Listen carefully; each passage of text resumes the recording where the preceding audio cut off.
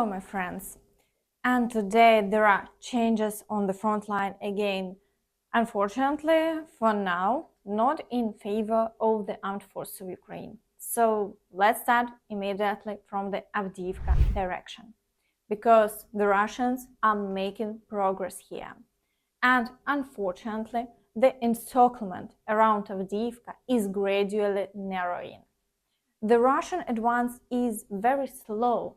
They suffer significant losses because the armed forces of Ukraine are doing everything to maintain defense. But due to the huge number of reserves that the Russians don't hesitate to use, they still manage to advance. Today, after advancing 2.5 kilometers towards Tonenke, they are trying to continue their movement, as there are only 650 meters left to the outskirts of the village. Battles are also ongoing for Sieverne and Pervomaiske. And here, unfortunately, the Russians have successes again. They managed to advance in the area of Pervomaiske by 700 meters over the day. In addition, offensive actions continue on the outskirts of Avdiivka in the area of the industrial zone. On the northern flank, attempts to capture Svatove persist, and there are battles for Novoprokopivka. However, there is a clarification on the front line in this area. Between Novoprokopivka and Alexandropol, the front line has shifted, not in our favor. In the Bakhmut direction, the enemy's activation is very high. There are reports of offensive actions in the areas of Grigorivka, Bogdanivka, and Ivanivsk. As seen, they are throwing all their forces to push the front line as close as possible to Chasiv Yar. Meanwhile, to the south, in the area of Klishchiivka and Andreevka, battles are ongoing. They also want to push this section of the front line further to break the plans of the armed forces of Ukraine regarding the encirclement of the city. Unfortunately, today the successes of the Russians have been confirmed. Firstly, the complete capture of Khromove has been confirmed and the front line has changed there. Also, the advance of the Russians in the area of Bogdanivka by 1.5 kilometers has been confirmed. And the occupiers have managed to push the front line further away from Berkhivka and Yahidne. Changes here amounted to approximately 1 kilometer 400 meters. In the area of Kreminna and Siversk, the occupiers attempted to storm the positions of the Ukrainian forces for several consecutive days in the villages of Terne, Yampolivka and Torske. With only 3 kilometers to the river, the Russians have seen no success here. The armed forces of Ukraine successfully maintain their defense, and Russian losses are increasing with each passing day. Today, the attacks have ceased, and only shelling is currently being recorded.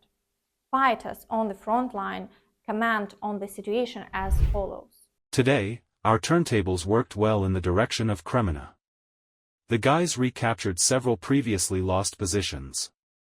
The plus is only in the fact that there is not as much mud as in other directions. In the Svatove area, attempts to advance near Stelmakhivka continue, but the activity is not significant and the front line remains unchanged. Shelling is reported in Berestove. In the Kupiansk direction, the Russians are trying to capture Synkivka. They partially managed to approach the outskirts, but the armed forces of Ukraine repel all attacks and there are no major changes along the front line. Shelling also continues. The situation is somewhat more stable along the southern directions. In the Vuhledar area, currently only shelling is reported and there are no offensive actions. In the Zaporizhzhia direction, there were 10 attempts to break through in the areas of Robotine and Verbove within a day. Shelling continues along the entire front line, but the Russians haven't achieved any success, and the front line remains unchanged. In the Kherson direction, the armed forces of Ukraine continue actively destroying Russians on the left bank, although expanding the foothold significantly hasn't been successful so far. Occupiers also attempt to shell Ukrainian forces to force them out of the left bank. Meanwhile, the armed forces of Ukraine are actively operating across the entire southern occupied territory. It's reported that within a week, 11 ammunition depots and 32 bases and headquarters of the occupiers have been successfully destroyed, which is a significant achievement. Additionally, explosions were heard in Berdiansk yesterday evening, but details are not available yet. It has also been revealed that yesterday Putin signed a decree to increase the authorized strength of the Russian armed forces to 1,320,000 servicemen. So, therefore, the total strength of the armed force from December 1st is 2,209,130. However, Russian military correspondents are confident that the situation on the front will reach an impasse in winter and negotiations will begin. They attribute this to Zelensky's order to construct fortifications along the entire front line. The meeting was actually a nationwide meeting on fortifications in all major areas where we need to boost and accelerate the construction of structures. Of course, these are primarily Avdiivka, Mariinka, and other areas in Donetsk region that will receive maximum attention. Kharkiv region, the direction of Kupiansk, as well as the Kupiansk Lyman defense line. The entire Kharkiv, Sumy, Chernihiv, Kyiv, Rivne, and Volyn regions, as well as the South Kherson region. There were reports from regional authorities, all the relevant military commanders. Defense Minister Umarov, General Pavlyuk. We discussed the mobilization of resources, the motivation of private business in this work, and financing. And for some reason, Russians have come to the conclusion that the war will stop at this point. Zelensky calls for speeding up the construction of defensive structures. This means that the enemy is transitioning to a solid defense.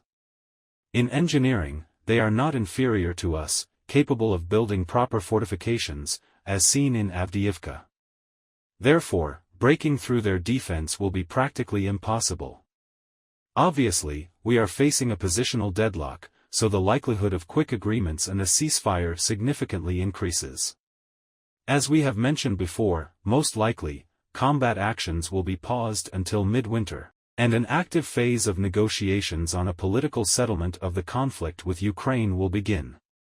Hopefully, more of our people will survive until then. And what do you think about this? Be sure to write your opinions in the comments.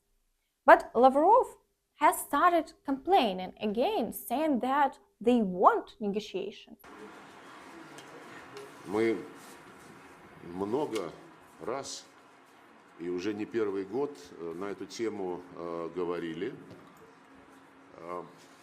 Президент Путин, по-моему, нет ни одного его большого выступления, где бы ему этот вопрос не задавали и где бы он на него не дал исчерпывающий ответ.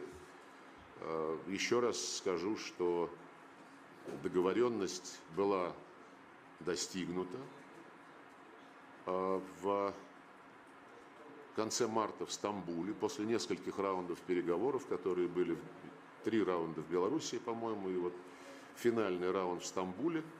И то, что это было именно так, что удалось договориться, недавно подтвердил живой, прямой участник этих переговоров, который сейчас возглавляет фракцию Зеленского в парламенте, Давид Арахамия. Он был в Стамбуле одним из членов украинской делегации. Он в недавнем интервью сказал: да, мы были все готовы, практически мы согласовали, И сейчас он сказал что-то вроде, вот ретроспективно я понимаю, что там было много для нас выигрышного, но приехал Борис Джонсон и сказал, нет, давайте еще повоюем. Это же все знают. Мы про это говорили многократно, но теперь уже сами украинцы в этом сознались и признались. До сих пор мы не видим каких-либо сигналов ни со стороны Киева, ни со стороны его хозяев о том, что они готовы перейти к политическому процессу. Не видим. Более того, Зеленский подписал 1,5 года назад декрет специальный, который запрещает вести переговоры с правительством Путина, так что это подсудное дело. Отменять он его не собирается. А если вы послушаете, о чем они говорят, и что говорят всякие там генеральные секретари и НАТО, и Евросоюза, они говорят только одно, что мы обязаны поддерживать Украину, потому что если Украина потерпит поражение, то это будет поражение для всего Запада, а в последнее время стали еще добавлять, и после Украины Россия, Путин пойдет в Прибалтику, в Польшу и в другие соседние страны. And that's all from me. Don't forget to like this video, subscribe to the channel and hit the notification bell to stay updated on all the latest news. Thank you for watching and see you next time. Bye bye.